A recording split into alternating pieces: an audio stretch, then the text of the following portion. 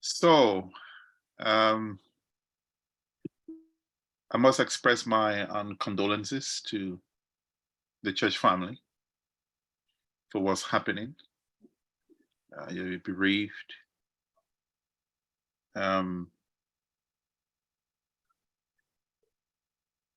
Grief and bereavement is not a funny topic. It's not a funny thing to deal with. And I want to be relevant this evening. And I need you to talk back to me. Is that okay? I see all these names. I don't see faces, but I need you to talk to me. Okay. So let me begin by asking three persons. Any three. How are you feeling this evening? How are you? Thank you. Happy Sabbath, everyone. Sister Anne-Marie here. I'm tired, but I'm rejoicing because it's Sabbath. Okay. Thank you. Anybody else? How are you feeling? I'm feeling quite flat. You're feeling quite flat? Yes. Unmotivated. Unmotivated. Discombobulated. Not quite sure what my feelings are. Okay. I give God thanks for saving my life to see the Sabbath coming soon, to focus upon Him and turn away from everything. Okay. Feel a bit sad. You feel quite sad. I'm just missing my loved one. My sister that has passed. It's just a bit shocking. Yeah. And make us want to think, reflect heavily on life, that today make the most of it because tomorrow is not promised to anyone. Yeah. And we have to live as if it's the last day every single day of our life. Amen. Amen. Praise the Lord. So, Pastor, so much. Thank you. I want to share. I didn't. This is not what I plan to talk about. I have a PowerPoint, but I think what I just want to share with you, and I want you to talk back to me. I'm going to show you a picture. I will briefly explain it to you, and I want you to think about it, and I would like you to respond. Is that okay? Okay, here we go. It's a photograph about. Can you all see it? Yeah. Yes. It's called the whirlpool of grief. So on the far left here, you have the river of life. And over here is you're in your canoe and you're going. This is your life. Are you with me? Yes. So you're in your canoe and you're going, your normal things are happening. And then some life situation struck, perhaps the death of a child or divorce or death of a sister in your church. And it sends you straight over the waterfall. You see, so your canoe comes and it comes here and you fall over here. The waterfall of bereavement. So it leaves you feeling, notice the words I'm using, it leaves you feeling shock. Somebody used the word this evening, right? It leaves you feeling shock. It leaves numbness. And it leaves denial. These are all words that are used to describe when we go through traumatic experiences. So we come and we fall down on the waterfall of life or bereavement. There's a shock feeling, a feeling of shock and numbness and denial. And look, and we come here. What happens to us here? We have loss and emotional disorganization and falling apart as a result of the trauma. It could be as a result of, the way the sister just passed away, the shock. And it reminds me too of my own wife. Last year, on a Sunday evening, November 13. She was experiencing some discomfort, and within a space of 3 hours, she was gone. She died in my arms. She just passed away in my arms, and I didn't know where I was in my own house, but I didn't know where I was. I was in my house, but I didn't know where I was. I was looking at my son. There were just 3 of us, my son Nathaniel, myself, and my wife. We're talking. She was experiencing pain and breathlessness. And normal, our world just fell apart. Mhm. And we experienced this emotional disorganization of falling apart. We couldn't explain our feelings. We couldn't explain our feelings. And the days following that event left me confused, sad, not prepared. I wasn't prepared for it. I couldn't process my thinking. I was not coherent in my thoughts. Yes. I experienced severe disorganization. It was like all washed up completely, all a breakdown, a complete breakdown. At this point, I couldn't pray. I couldn't make sense of what was going on in the space I was in.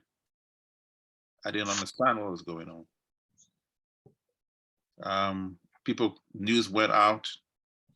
People were calling, expressing sympathies, and so on and so forth. But still, it didn't make sense to me. It just didn't make sense to me.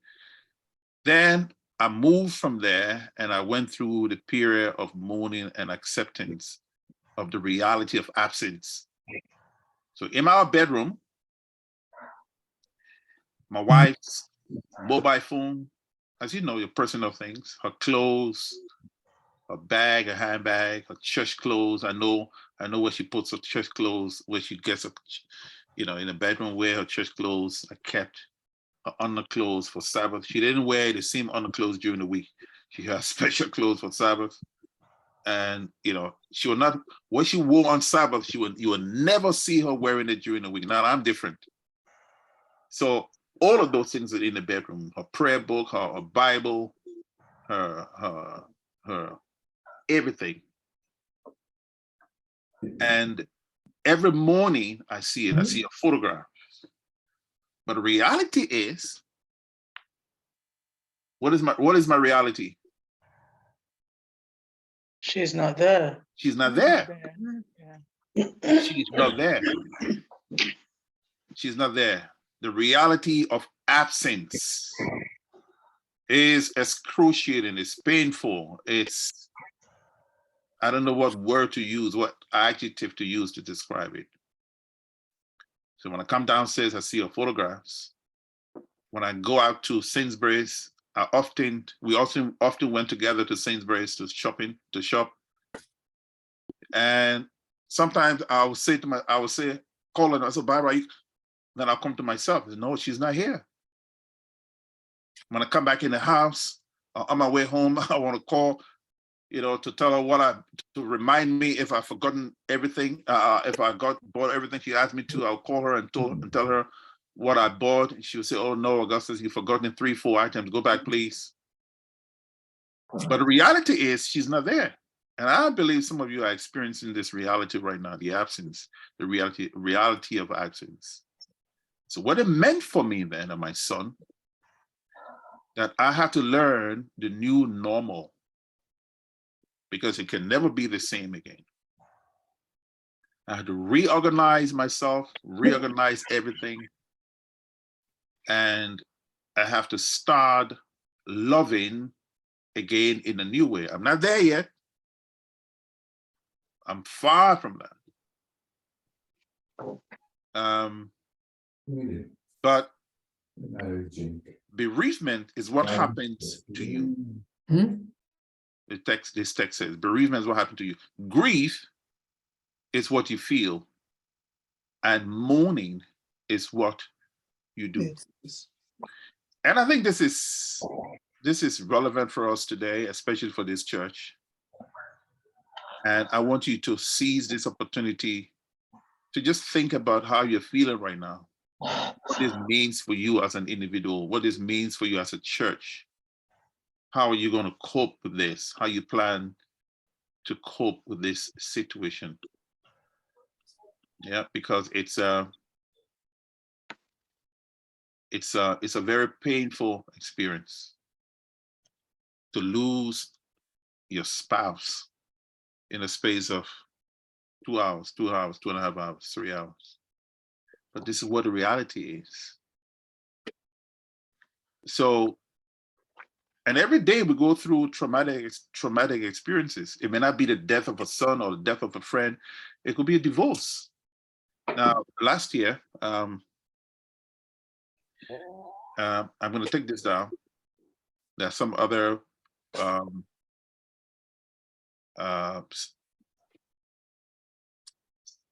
photographs on this I can show you, but that's not what I want to. I don't want to go on talking about that. But a friend called me and said, Augustus, I'm having difficulty. What's going on? He said, he said my husband just walked off, just like that. He just walked off, and right now she's struggling to cope with what happened. For her, it was a traumatic experience because she experienced something equivalent to a wound of the brains. So trauma, let me show you let me share with you a few words from this PowerPoint, what trauma is. Now, I remember when I normally teach at our college, Newport College, part-time. And I remember the Thursday we're talking about trauma and childhood trauma, and especially the ACEs report, the ACEs study, the Adverse Childhood Experience Study report. If you have some time, just Google it and look at it. ACEs, ACES, ACEs report.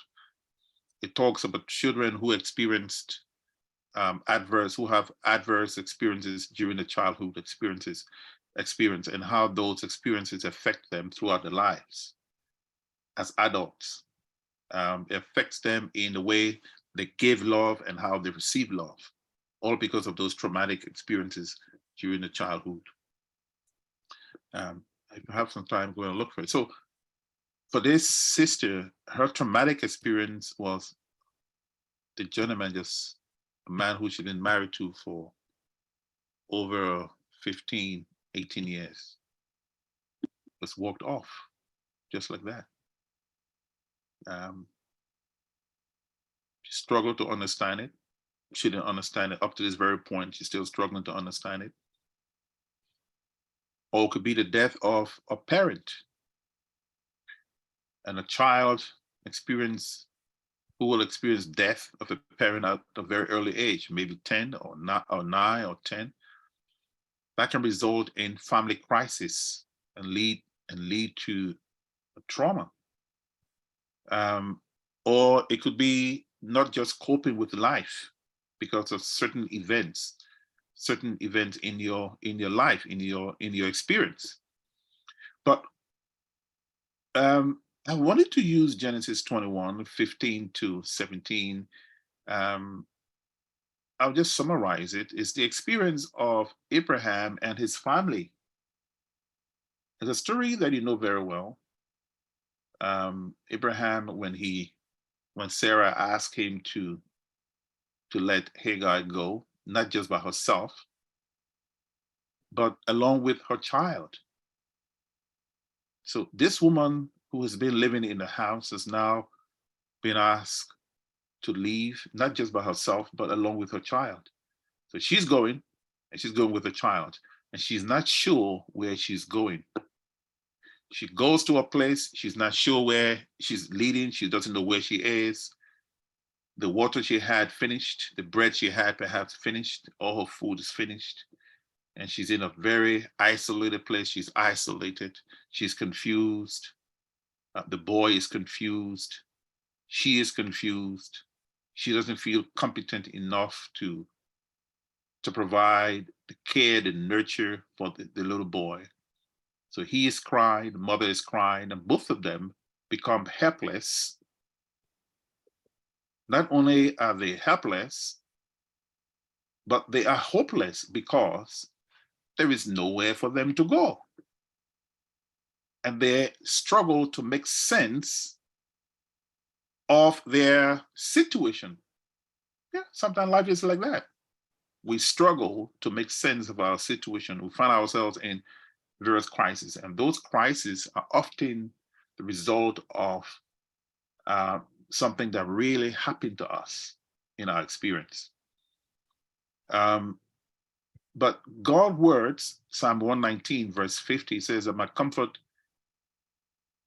in my suffering is this: your promise preserves my life. This is like the foundation on which those two Bible references in Genesis and in Psalm are often used as the basis for talking about trauma. Now, I know we don't have a lot of time, but let me just briefly describe what trauma is. I'm not an expert in, trauma, but at least I can share with you my few things in my experience and in my reading of various articles and journals and research papers. So trauma, if you don't remember anything, remember this. Trauma is like a wound, like a cut to the skin or to the flesh. So it's like taking a sharp knife. It's like taking a sharp knife and putting it to the flesh and just cutting your skin, a deep wound, a deep cut. That's what it's like, that's what trauma feels like, that's what is described as. And it is how the mind can be pierced and wounded by events, certain events in your life, in my life, in our lives. It can be, as I said, the death of a mother or a child, or divorce, or loss of a job, or illness can cause this dysfunction, it can cause this pain, this wound in the brains, the mind. It can be an emotional pain, it can be relational disconnection, it can be fragmentation in family or abandonment, it can be rejection, it can be addiction, or it can be abuse in every shape and form. Yes, so, and there are, I just want to share with you 4 interacting elements, life situation, life events that may result into, us experiencing, that can be described as traumatic experiences or traumatic experience. So I want to share these 4 with you, and then I'll share with you how we can cope with it as individuals, okay? Then I'll open the floor for sharing. You may have questions. 4 interacting elements that may result into a traumatic experience. 1 is where we experience a stress-producing situation. It can be certain, as I mentioned, certain life situations or events that lead to mounting family tension and stress, which contribute to a state of crisis. For example, an unplanned pregnancy, and I've seen that so many times where young people, as a result of, or anybody as a result of unplanned pregnancy, it can have adverse effect on an individual, or divorce, as I mentioned, loss of a loved one, or unemployment, or child protective services investigation, where there's allegations made against you, and then social services or those in power begin an investigation into you. It can just dismantle your thoughts, your thinking process or incarceration of a parent or a child. It can be addictions or domestic violence are often crisis producing. These are all events that can result into traumatic experiences.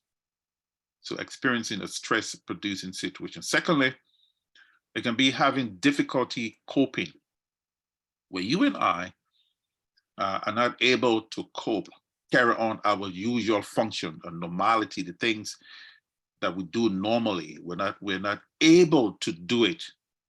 There's a breakdown in our routine as family or in your particular routine. It can be as a result of family arguments, as a result of a simple decision, not having the capacity to make decisions. You're not able to sleep at night. All of these things may result to you not being able to cope. You're not getting on, you're not being able to get on. So firstly, it's experiencing a life-producing situation, then having difficulty coping. Thirdly, where you are showing chronic difficulty meeting basic family responsibilities, where you struggle to, for instance, provide for your family, provide enough food for your children or shelter. You know, I went to a church not long ago where they had some people who were homeless, and I met this man and he asked me where I was coming from. He didn't know that I was a pastor. I said to him, I'm just from Kilburn. He said, oh, I used to live in Kilburn before. I had my house in Kilburn. And this is a homeless man.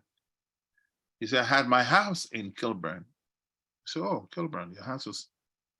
Then he went on to tell me what happened, how he lost his job, how he lost his family, and how he lost his home, and how he lost everything in life. And he ended up being on the streets. He wasn't able to provide for himself, provide basic needs for himself. Family responsibilities, he wasn't able to meet the needs of his children. He ended up being on the streets. Showing chronic difficulty meeting basic needs or responsibilities. Fourthly, having no apparent sources of support can result into or throw you into crisis. It can be a traumatic experience as well. You can be isolated from your family or not being able to just cope, not be able to provide. And there's nowhere where you can turn. There's nobody to whom you can turn to for help. And it can lead us into some psychological, it can have some psychological impact on us. And as a result, we are unable to think clearly. You're not able to process your thoughts. You have a challenge. You're not able to well, not dwell, but you struggle to make meaning of things that are happening to you, and you engage in meaningless activities. You just sit down, don't want to do anything. You know, you don't want to take bath. You don't want to look after yourself. It can have tremendous impact on us. And this in real life, crisis can, as a result of traumatic, some event happen in our lives, at least plunge people into this kind of activity. And it's serious, very, very serious. And we find people in church who are brothers and sisters who, you know, may find themselves in this kind of a situation. Psychological impact. Another psychological impact is expressing hostility or numbness. So trauma affects your body inability to cope. It also it impacts the brains, and God does it in such a way that it you know, when the body is not able to cope with all of these things coming to you at once, God has a way of blocking them through the brains, helping you to cope with what you're going through. You know, put some out and allow, you know, the ones you're able to deal with to deal with it, but still it impacts us in a very negative way. And you see people expressing hostility or numbness, feelings of loss of control and vulnerability. You can sense it, and you know that that individual is struggling, and we see it all the time. The other one is, another psychological effect is impulsiveness. You see it, how parents react to their children, how they become so impulsive, shouting, screaming at the children. If you have some time, please read the ACEs report, ACES, ACEs report. I think I have something here on it, but it'll be good for you to find some time reading it. Another psychological impact would be dependence. You find yourself depending on people a lot, and it's a good thing sometimes to rely on people. Sometimes you also feel incompetent. You're not able to do the things that you were competent enough to do before, all because of this event. And of course, trauma also has an impact, a tremendous impact on children and childhood experiences. This is crucial, and it also impacts us as adults. So if you have some time, here is adverse childhood experiences are highly stressful and potentially traumatic events or situations that occur during childhood or adolescence. They can be a single event or prolonged threats to and breaches of the young person's safety, security, trust, or bodily integrity. Okay, and here are some examples of ACEs: physical abuse, sexual abuse, emotional abuse, living with someone who abused drugs, living with someone who abused alcohol, exposure to domestic violence, living with someone who has gone to prison, living with someone who with serious mental illness. These are all examples that children can be at risk. It doesn't necessarily have to, say that people who have these experiences that they are doomed. Children who experience these that they are doomed. No. Interventions can be provided, and children and young people can find remedy to these. Of course, there's statistics to tell us how the impact of ACEs impact children in this very country. Okay, and we can read those on the internet. I just want to move now to how to cope. There are 3 ingredients that are essential to help us to cope. And you can remember the mnemonic is ARE, ARE, these 3 letters, ARE, help us remember these words: accessibility, responsiveness, and emotional engagement. These are proven research-based ingredients to help anybody who goes through trauma. These are sound ingredients, peer-reviewed.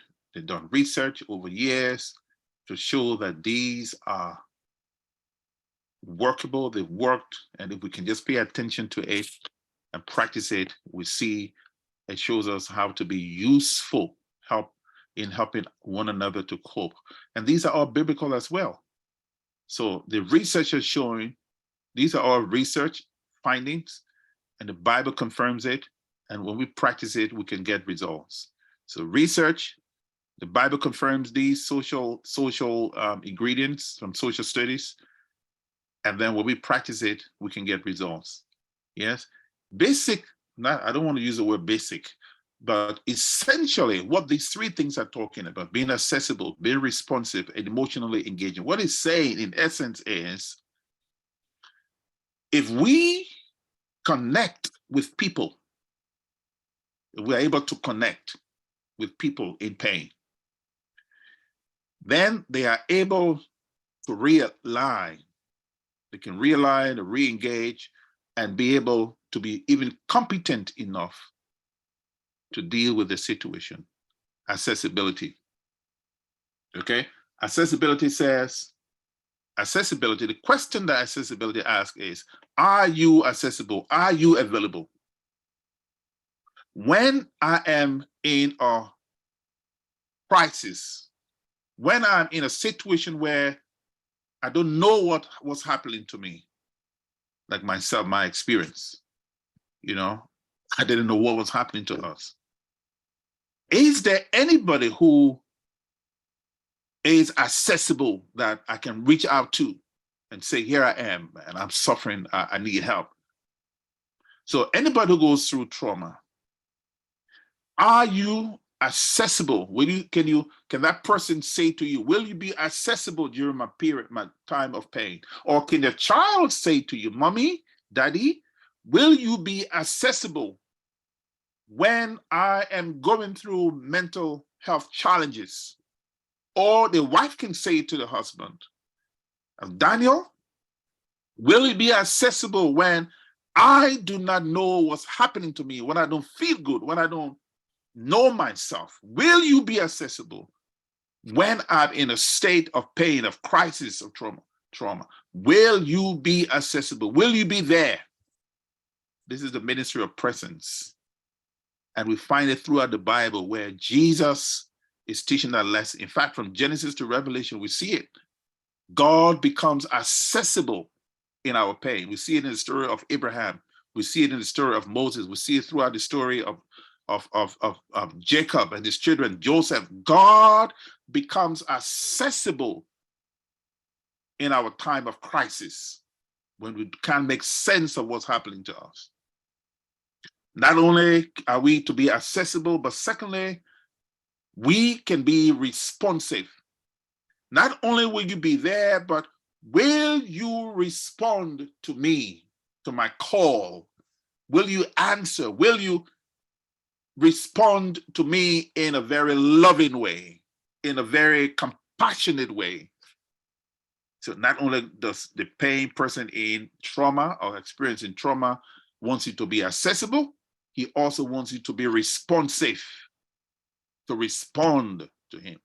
Can you imagine a child calls out to you and you are not responding? How do you feel when you call out to somebody and the person doesn't respond?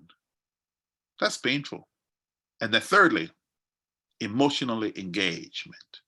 Will you be accessible? Will you be there? Will you respond to me when I call? And will you engage with me on an emotional level?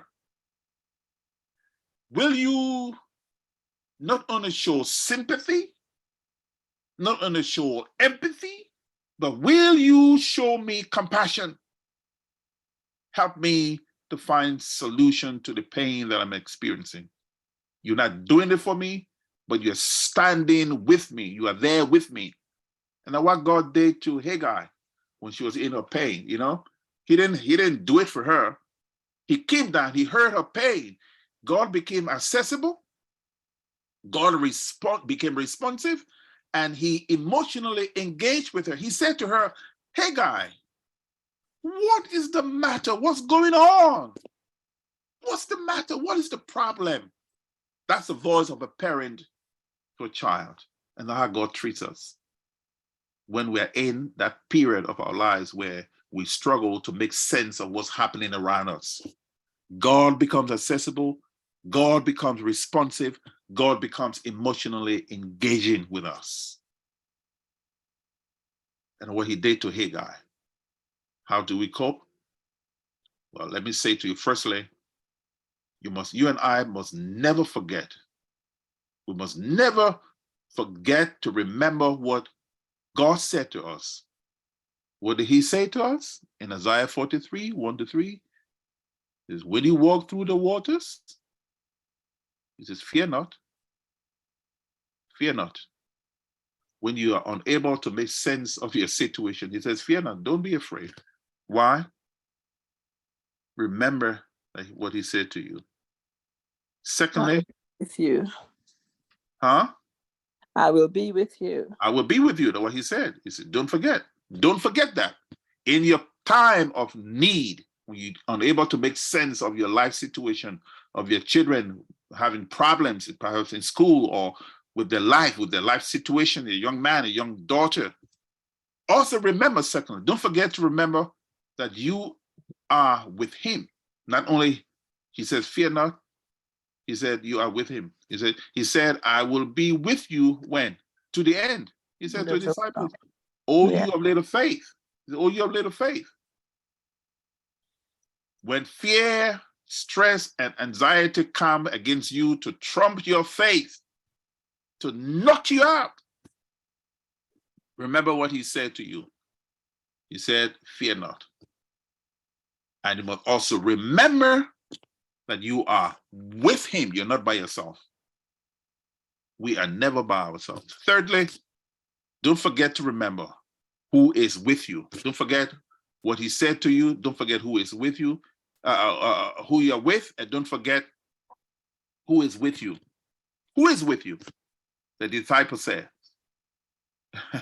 what manner of man is this? But even the winds and the winds and the sea obey him. They were confused. They didn't even know who this man was. This man been with them. He said, don't forget to remember who is with you. Don't forget what he said to you, number one. Secondly, don't forget who you are with. Thirdly, don't forget to remember who is with you. Oh, man. You know, and late at night, when everybody's gone from my house, and I'm up 2 a.m. in the morning, I can't sleep, these words begin to ring in my ear. God says, remember what I said to you. Remember, don't be afraid. He said, fear not. Barbara's not here now. She's not coming back. Don't be afraid of tomorrow. Don't be afraid of the after tomorrow. Don't be afraid of the future. Why? Because I want you to know who you are with. And not only that, I want you to know who is with you. Oh, man. And finally, don't forget. Don't forget to remember what he told Haggai. You know, he said to Haggai, oh man, I keep messing about. You know what he said to Haggai? He said to her, go and hold your son. Go fight. Because what she had done, you know what she's done? She thrust the boy under the trees and left him to die. And what happens sometimes when life situation comes to us, we just throw away everything, you know, we just can't cope. But God said to her, come, I will make you competent to deal with the situation of life, with your situation. You feel you're not feeling competent now, but I am with you. Do not be afraid, and I will make you competent. How? I will walk with you. When people go through trauma, what they're looking for is for you to not to tell them what Revelation and Daniel. No. That's not what they're looking to hear. They're not looking to hear that. Oh, the Lord said we must not weep. No. Sometimes we need to just keep quiet. Don't say anything. And all we can do is to just be with the person. Your presence. God transforms your presence into a divine presence that represents him. Unconventional presence becomes conventional. God presence is there because you are there. All they're asking for you to be accessible. Yes, for you to be accessible, for you to be responsive, and for you to engage with them when they ask you, will you be here? He said to Haggai, go and make contact. And I'll say to you, sometimes it will mean that we go and look for a Christian counselor to help us to reconnect, because we may not be able to do it all by ourselves. So don't forget what he said to you. He said, fear not. Don't forget who you are with. Don't forget who is with you. And fourthly, don't forget to remember to go and find help and get help. And remember, God is accessible, God is responsive, and God is emotionally engaging in a time of need. He will never leave you. He will never forsake you. Amen.